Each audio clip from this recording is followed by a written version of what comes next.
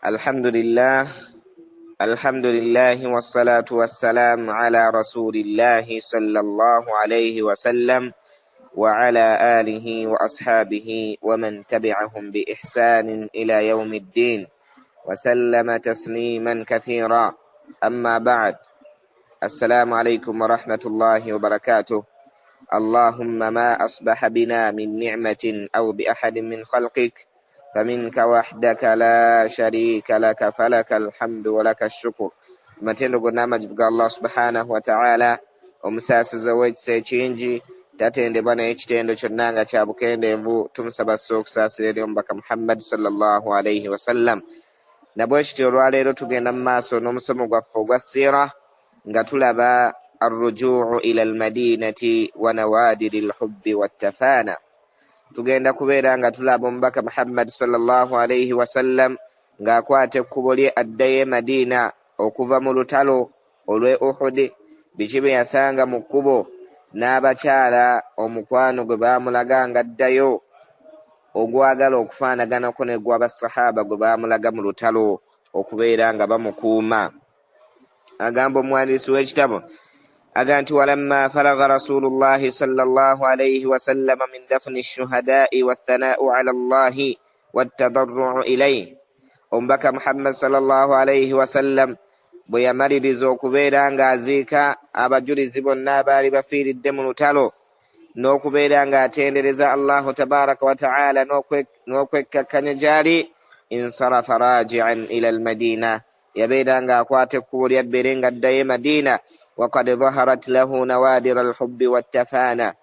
naye mukubeera ngaddayo abakyala baamwolekera ne bamulaga omukwano ogwagala okufaanaganako min almu'minaati as-saadiqaat, abakyala abakkiriza Allahu tabaaraka wa ta'ala babeera nga bamukulisaayo kama zaharat min almu'miniina fi athnaa'i al-ma'raka, baamulaga omukwano omuyitirivu okubeera nga bazze okubeera nga bamukulisaayo nga bwe tulabe basahaba bwe babeera nga bamulaga omukwano fi athnaa'i al-ma'raka mu lutalo nga lulwanibwa. Lakiyatuhu fi ttariiqi Hamnata binti Jahsh, omukyala ayitibwa Hamnatu binti Jahsh yabeera nga amusisinkana mu kkubo lye ng'addayo. Fanaa ilayha akhuha Abdullah ibn Jahsh, Nabbi sallallahu alayhi wa sallam naa ilayha akhuha, nabeera nga amubikira muganda w'omukyalo ono ayitibwa Abdullah ibn Jahshi tiyali afiiridde mu lutalo. Omukyalo ono yakola atya? Fastarja'at wastaghfarat lah, nabeera nga amusabira emikisa, nabeera nga amusabira Allahu tabaraka wa ta'ala abeere nga amusonyiwa. Thumma na'a laha khaluha, Nabbi sallallahu alayhi wa sallam oluvannyuma nabeera nga amubikira kojja w'omukyalo ono ayitibwa Hamzatu ibn Abdil Muttalib, ate ng'abeera taata wa Nabbi Muhammad sallallahu alayhi wa sallam omutonti, naye yali afiiridde mu lutalo olwo. Fastarja'at wastaghfarat, nabwekityo n'abeera nga naye amusabira Allah abeere nga amusonyiwa. Thumma na'a laha zawjuha, oluvannyuma Nabbi sallallahu alayhi wa sallam n'abeera nga amubikira bba w'omukyalo ono. Thumma na'a laha zawjuha, oluvannyuma Nabbi sallallahu alayhi wa sallam n'abikira omukyalo ono bbaawe, nti ne bbaawe yali afiiriddeyo, nga bba w'omukyalo ono tumumanyi bulungi, ayitibwa Mus'ab ibn Umayr. Ayitibwa ani? Mus'ab ibn Umayr, naye yali afiiridde mu lutalo luno olwa Uhud. Kakati omusajja oyo ayitibwa Mus'ab ibn Umayr yali mpaji y'amaanyi nnyo mu Busiraamu, kubanga Nabbi sallallahu alayhi wa sallam yamutuma e Madiina nga yetannaba na kusenguka abeere nga asomesa. Kati omukyalo ono Hamnata binti Jahsh yali mukyala w'omusajja ono Mus'ab ibn Umayr. Kati Nabbi sallallahu alayhi wa sallam amala omubikira nti ne bbaawo naye afiiriddeyo. Fasahat wa walwalat, omukyalo oyo n'aleekaana n'akuba omulanga, n'abeera ng'akaabira waggulu nnyo ng'eddoboozi lya waggulu. Faqaala rasulullahi sallallahu alayhi wa sallam, omubaka n'abeera ng'ayogera ekigambo kino n'agamba ti inna zawja almar'ati minha lamubikaani, ti mu butuufu omukyala waabeera ng'afiiriddwako bbaawe abeera alina okubeera ng'akaaba.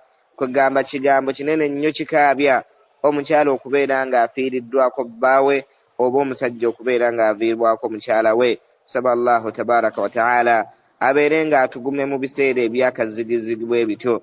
Agamba nti wamarra bimra'atin min bani dinar, Nabbi sallallahu alayhi wasallam yabeeranga ayita ku mukyala ava mu kika ky'aba bani dinar, wakad usiba zawjuha, naye yali afiiriddwako bbaawe mu lutalo luno, wa akhuha, ne muganda we, wa abuha, ne taata we, bonna nga bafiiridde mu lutalo.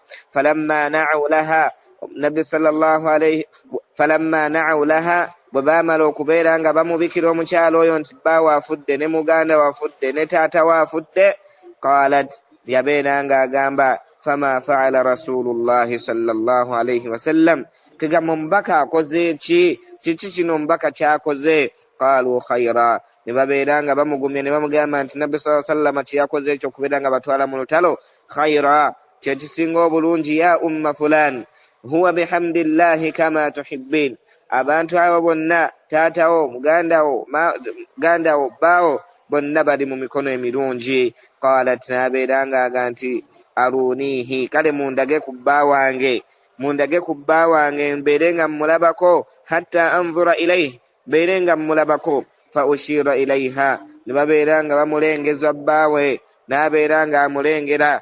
Hatta idha ra'atuhu qalat, nabeera nga bwe yamala omulaba yabeera nga aga nti kullu musibatin ba'daka jalal, turidu saghira, aga nti oluvannyuma buli kizibu kyonna ekigenda okujja oluvannyuma lw'okufaako, tusaba Allah abeere nga akikola ki?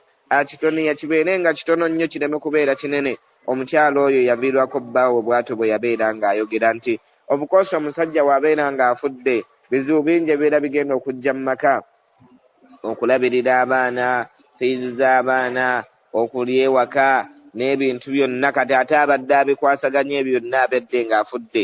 Kati omukyala yali akimanyi nti misiiba gye gigenda okujja oluvannyuma lw'okufa kwa bbaawe, n'aga nti ba'daka jalal, saba Allah abeere ng'agikola ki? Agifuula mitono, turiidu saghira, ng'ategeeza nti gibeere mitono nnyo.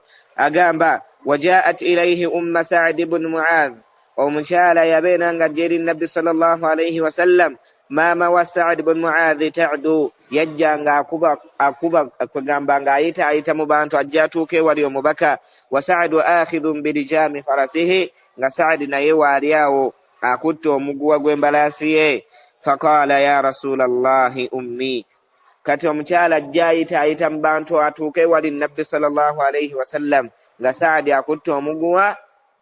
Kakati maama wajja ayita mu bantu atuuke wali Nabbi, kati Sa'd kyavaaga nti faqala ya rasulallah, wange gwe omubaka wa Allah, ummi, oyo maama wange kajje. Faqala, Nabbi sallallahu alayhi wasallama nabeera nga agamba nti marhaban biha, tusanyusa okubeera nga tumulaba abeere nga ayita wajje. Wa waqafa laha, nabeera nga ayimirira waali.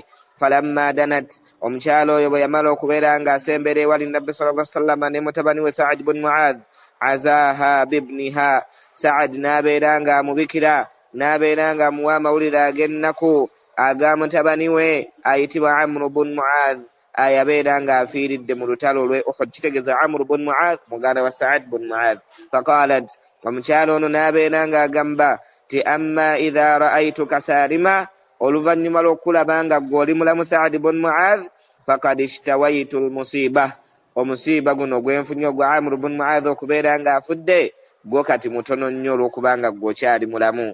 Aistaklaltuha, kwegamba n'agutoniya omukyala oyo, nabeera nga okufa kw'oli Amr ibn Mu'adh kutono nnyo olw'okuba nti Sa'd waali ate ne Nabbi sallallahu alayhi wasallam avuddeyo nga mulamu. Thumma da'a li ahli man qutila bi Uhud, oluvannyuma Nabbi sallallahu alayhi wasallam n'ayita buli muntu yenna, n'ayita famire z'abo abaali bafiiridde mu lutalo lw'e Uhud. Thumma da'a li ahli man qutila bi Uhud, n'ayita famire z'abo abaali bafiiridde mu lutalo lw'e Uhud. Wa qaala, Nabbi sallallahu alayhi wasallam n'abeera nga agamba nti ya umma Sa'd, owange gwe maama wa Sa'd, abshiri, beera ng'osanyuka, wabashiri ahlahum, beera ng'osanyusa n'abantu bano abaviiriddwako abantu baabwe nti nno ki? Anna qatlahum, mu butuufu abantu baabwe abafiiridde mu lutalo, tarafaku fil jannati jami'a, bonna abafiiridde mu lutalo lw'e Uhud basisinkanye mu jjana. Waqad shafa'u fi ahlihim jami'a, era bagenda kubeera nga bawolereza abantu baabwe bonna. qalat omukyalo ono n'abeera ng'agamba nti nno radina ya rasulallah tusiimye tukkiriza nti abantu baffe bonna abafiiriddeyo mu lutalo lwe Uhud bonna tukkiriza tusiimye ya rasulallah. Omukyalo ono n'abeera ng'agamba nti waman yabuki alayhim ba'da hadha, ya rasulallah ani ayinza okubeera ng'akaabira abali abafudde oluvannyuma lw'ekigambo ky'oyogedde nti bonna basisinkanye mu jjana ate baali bakkakasa bulungi nti nabbi sallallahu alayhi wasallam talimba? Ani ayinza okutegeera nti omuntu waafudde agenze mu jjana ate n'abeera ng'asigala mukaabira? Thumma qalat, omukyalo oyo n'abeera ng'agamba ya rasulallah owange gwe omubaka wa Allah tabaraka wa ta'ala ud'u liman khalafu minhum, ya rasulallah sabira ne kuffa abasigaddewo. Faqala, nabbi sallallahu alayhi wasallam n'abeera ng'asabira abasigaddewo n'agamba allahumma adhhib huzna qulubihim, ayi Allah nkusaba obeere ng'ojjawo okunakuwala kw'abantu bano abafiiriddwako abantu baabwe, beera ng'ojjawo okunakuwala okwo. Allahumma adhhib huzna qulubihim wajbur musibatahum, obeere nga omusiiba gwabwe n'ekizibu kino kye bafunye okubeera nga bafiiriddwako abantu baabwe beera ng'okitonye kibeere kitono gye bali. Wa ahsinil khalfa ala man khullifu, beera ng'olongoosa Allahu tabaraka wa ta'ala abo abasigaddewo obaleetera abalala abanaabaddira mu bigere ng'ate balungi nabo ekityo tujja kubeera nga tukomaawo insha Allahu tabaraka wa ta'ala. Tujja kubeera nga tutandikiraawo insha Allah nga tulaba rasulu sallallahu alayhi wasallam fil Madina, ng'omubaka Muhammad sallallahu alayhi wasallam atuuse wa e Madina. Kiki ekyaddako insha Allah. Wa sallallahu ala nabiyina Muhammad wa ala alihi wa sahbihi wa man tabi'ahum bi ihsanin ila yawmiddin. Twongera okubeera nga tukubagiza buli eyaviiriddwako abantu be mu bbanga lino. Saba Allahu tabaraka wa ta'ala abeere ng'asaasira abafu b'obusiraamu bonna, abeere ng'asaasira abalwadde babeere nga bawona. Saba Allahu tabaraka wa ta'ala abeere ng'atulongooseza famire zaffe, atuwe ne riziki nga za halaali, atutaase ebikemo byonna ebyensi. Wa sallallahu ala nabiyina Muhammad wa ala alihi wa sahbihi wa sallam. Assalamu alaikum wa rahmatullahi wa barakatuh.